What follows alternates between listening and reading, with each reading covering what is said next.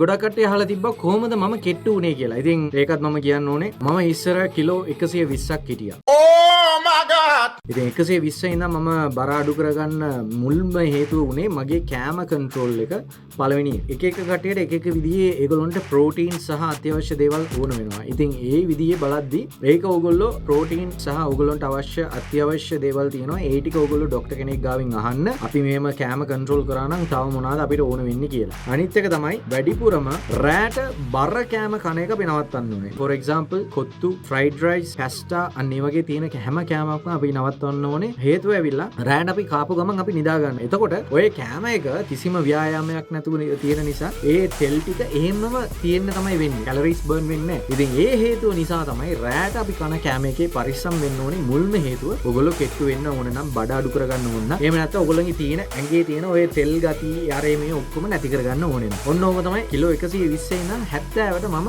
Almost 50ක්ම මම අඩු කරගත්තේ. මගේ පෝස්ට් එක ටැග් කරලා තියෙනවා මගේ TikTok එකේ. ඉතින් ඒකේ බලන්න පුළුවන් මම කොහොමද ඉස්සර හිටියේ කොච්චර මහතද මේ මූණේ මෙහෙම තිබ්බේ. කියන්නේ චබි කොල්ලෙක් හැටියට හිටියේ. ඔයගොල්ලෝ කෑම කන්ට්‍රෝල් කරනවා නම් අනිවාර්යෙන් ડોක්ටර් කෙනෙක්ගෙන් ප්‍රෝටීන් ගතියත් ආන්න මොන ප්‍රෝටීන්ද ගන්න ඕනේ කියන එකත් අනිවාර්යෙන් ආන්න. මම ගන්න ප්‍රෝටීන් ඕගොල්ලොන්ට ගන්න බෑ. ඕගොල්ලෝ ගන්න ප්‍රෝටීන් මට ගන්න බෑ. එහෙම ප්‍රශ්නයක් තියෙනවා. ඉතින් ඕගොල්ලෝ ડોක්ටර් කෙනෙක් ගාවට ගිහලා ඔයා මොන කෑමද කන්නේ අන්න ඒ අදාළව මොන වගේ ප්‍රෝටීන්ද ඕගොල්ලෝ ගන්න ඕනේ කියන එක මුල්ම කාරණා. දෙවෙනි එක කවුරුත් කියන්නේ උදේ නැගිටම කන්න ඕනේ කියලා. නැහැ. ඕගොල්ලෝ උදේට කන කෑම එක පරක්කු කරන්න ඕනේ. හැබැයි උදේට පුළුවන් නම් වතුර එක්ක පින්ච් කියලා කියනවා අපි. කෙනිත්තලා අරන් ලුණු පොඩ්ඩක් දාන්න ඕගොල්ලන්ගේ වතුර එක. ඒකට තව ඇඩ් කරන්න දේවල් තියෙනවා. ඒවා ඇඩ් කරන්න පුළුවන් නම් තවත් හොඳයි.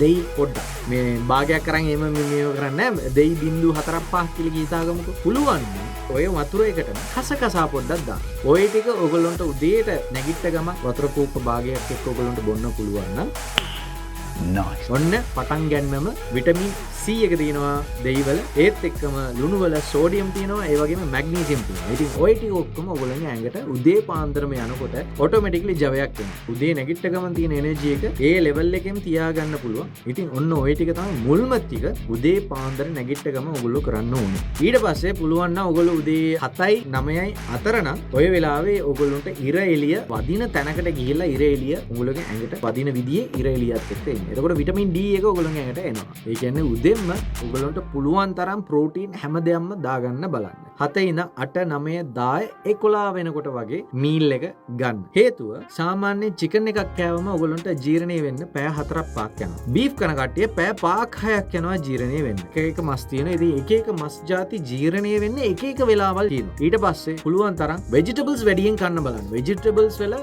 fiber එක තියෙනවා. ස්පෙෂලි ඔයගොල්ලෝ චිකන් කනවා නම් ඔයගොල්ලෝ තයි ලෙග් පීස් ඒ වගේ දේවල් කනවා නම් ඇවිල්ලා ඩ්‍රම් ස්ටික් ඒ වගේ දේවල් කනවා නම් කෙට්ටු වෙන එක වෙන්නේ නැහැ වැඩිපුරම. බ්‍රෙස්ට් එකේ තමයි හොඳම ප්‍රෝටීන් ටික තියෙන්නේ. ඉතින් අන්න ඒක මතක තියාගන්න. බීෆ් වල ෆැට් එක පොඩ්ඩක් ගන්න. බීෆ් එකේ තියෙන ෆැට් එකෙන් ඕගොල්ලන්ගේ ෆැට් එක බර්න් කරන්න පුළුවන්. ඒ good ෆැට් එක. හරිද? ඔය මස් මාළු හරියට ග්‍රෑම් ගාන බලලා ගන්න පුළුවන් නම් වඩාත් හොඳයි. ඇඟේ බර අණුවට තමයි ඒක ගන්න ඕනේ. ඒක ડોක්ටර්ස්ලා කියනවා ඕගොල්ලෝ අහනවා නම් ඒක හරියට ඇහුවා නම් ඔව් මෙන්න මේ ගාන ගන්න කියලා ඒගොල්ලෝ කියනවා. ඕගොල්ලන්ට අහන්න බැරි නම් මට මෙසේජ් එකක් දාන්න.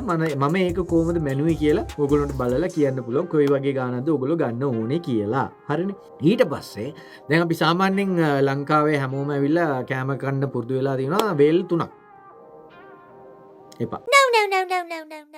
හරිද? කෙට්ටු වෙන්න ඕනේ. හරිද?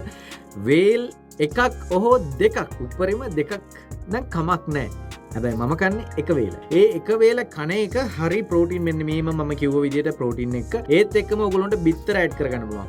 තඹපු එළවලු, තඹපු අල එහෙම ඔයගොල්ලන්ට කන එක තවත් හොඳයි. ඔයගොල්ලන්ට තඹපු අල එක නිකන් කන එක අමාරුයි නම් ලුණු පොඩ්ඩක් දාලා කන එක අමාරුයි නම් ඊට පස්සේ හොඳට ස්මෑෂ් කරන්න. ඒ කියන්නේ හොඳට තලන්න. තලලා ඒක නිකන් ක්ලේ එක වගේ එනවනේ. ක්ලේ එක වගේ ආවෙන් පස්සේ ඒකට පොඩ්ඩක් බටර් දාන්න. ඊට පස්සේ ලුණු පොඩ්ඩක් දාන්න. එතකොට ඕක ස්මෑෂ් පොටේටෝ වෙනවා. සාමාන්‍යයෙන් ඕනම මස් జాතියක් එක්ක කන්න පුළුවන් කිසි ප්‍රශ්නයක් නැහැ. Nice. ඔන්න ඔය වගේ හැම දෙයක්ම එක්කව වෙන නිසා ඔයගොල්ලන්ට කිසිම ප්‍රශ්න නැතුව උදේ ආහාරය ප්‍රෝටීන් එක ඇඟට ඕන ප්‍රමාණය යනවා. ඊට පස්සේ ඔයගොල්ලෝ කරන එක්සර්සයිස් කරනවා එක්සර්සයිස් කරන්න පුළුවන්. මම නම් ඇවිද්දා. ගොඩාක් ඇවිද්දා. ඊට පස්සේ මම වර්ක්අවුට් කරා. ඔන්න ඕම තමයි මම ඇඟ අඩු කරගත්තේ. ඊට පස්සේ ඔයගොල්ලන්ට පුළුවන් දෙවෙනි ආහාරය හැටියට මම කරන්නේ නට්ස් ಜಾති. ඒ කියන්නේ කජු, පිස්තාෂියෝ, ආල්මන්ඩ් අන්න ඒ වගේ ගොඩාක් තියෙනවා. ඒවා ඔක්කොම හොඳයි. ඒවා වල වෙනම ෆයිබර් ඇන්ඩ් ප්‍රෝටීන් ටිකක් තියෙනවා. ඉතින් ඒවා කන්න පුළුවන් දෙවෙනි ආහාරය හැටියට. ඒත් එක්කම මිල්ක්, කැල්සියම්. ඔයත් එක්කම බනානා එකක් අති අවශ්‍යයි. හරිද? ඔයගොල්ලන්ට පුළුවන් ඒක බ්ලෙන්ඩ් කරලා කන්නත් පුළුවන්. එහෙම නැත්නම් නිකන් කන්නත් පුළුවන්. Oh my god! මැග්නීසියම් කියන්නේ මොනවාද? අපි සාමාන්‍ය වැඩ කරනකොට අපි මොනවාද පිටත් වෙන්නේ? දාඩිය පිටත් වෙනකොට ඇයි අපේ මේ මොකක්ද අර ස්කින් වල සුදු සුදුව තියෙන්නේ? වෙන මොකුත් නෙමෙයිනේ. සෝල්ට්. ඒ කියන්නේ මැග්නීසියම්. මැග්නීසියම් අපේ පිට වෙනවා. එතකොට ඒ මැග්නීසියම් එක ආයේ අපි කන්න ඕනේ. එතකොට ඔයගොල්ලෝ ආනමාලු ඒ වගේ ලොකු බනානාස් තියෙනවානේ. ඒව වල මැග්නීසියම් ගොඩක් වැඩියෙන් තියෙනවා. ඉතින් මැග්නීසියම් එක කන්න පුළුවන්. එතකොට ඔයගොල්ලන්ට පුළුවන් ෆස්ට් මීල් එකේ සෙකන්ඩ් මීල් එකේ දවසම හයියෙන් තියාගන්න. ඒ කියන්නේ ෆිට් එකේ තියාගන්න පුළුවන්. ඔය ටික කරලා බලන්න ලේසියෙන් ඇඟ බස්ස ගන්න පුළුවන්. දැන් ඔහොම බහිනකොට බලා ගන්න ඕනම දේ ඔයගොල්ලන්ට පණ නැති වෙනවා වගේ තියෙනවා නම් එහෙම නැත්නම් කලන්තේ වගේ එනවා නම් අන්න එතන ප්‍රශ්නයක් තියෙනවා. ඒ කියන්නේ ඔයගොල්ලන්ගේ sugar level එකේ ප්‍රශ්නයක් තියෙනවා. එතකොට ඔයගොල්ලෝ අනිවාර්යෙන් මං කිව්වා වගේ අර ඔයගොල්ලන්ට ඕන ප්‍රෝටීන් ටික බලා ගන්න ડોක්ටර්ස් ලගෙන් චෙක් කරලා ඔය ප්‍රෝටීන් ටිකත් එක්ක තව මොනවාද අපිට විටමින්ස් ගන්න ඕනේ කියලා ගන්න ඕනේ. නැත්නම් sugar ප්‍රශ්නෙට ඕක කේස් එකක් වෙනවා. ඊට පස්සේ මේ ටිකත් එක්කම ඔයගොල්ලන්ට පුළුවන් නම් රැට ඔයගොල්ලන්ට කන්න නැතුවම ඉන්න බැරි නම් බිත්තර දෙකක් එහෙම නැත්නම් තුනක් බිත්තර දෙකක් කනවා නම් කාමැද එකයි කන්න ඕනේ. කාමැද එකේ කොලෙස්ටරෝල් වැඩි. එතකොට සුදු මැද එකේ ප්‍රෝටීන් ටික තියෙනවා. ඔන්න ඕක ඔප්ෂන් එකක් හැටියට යූස් කරලා බලන්න. ඔන්න ඔය ටික කරලා බලන්න. ඔයගොල්ලෝ ඇඟ කොච්චර කෙට් වෙනවද කියලා බලන්න. හැබැයි මතක තියාගන්න මම හැමතිස්සෙම කියනවා වගේ ડોක්ටර් කෙනෙක් ගාව විමසලා ඔයගොල්ලෝ කන කෑමත් එක්ක දැන් ඔයගොල්ලෝ කන කෑම තියෙනවානේ. ඒකත් එක්ක ඔයගොල්ලන්ගේ ඇඟට එන විටමින් ටිකක් තියෙනවා. ඒ විටමින් ටික එකපාරට අඩු වෙන එක හොඳ නැහැ.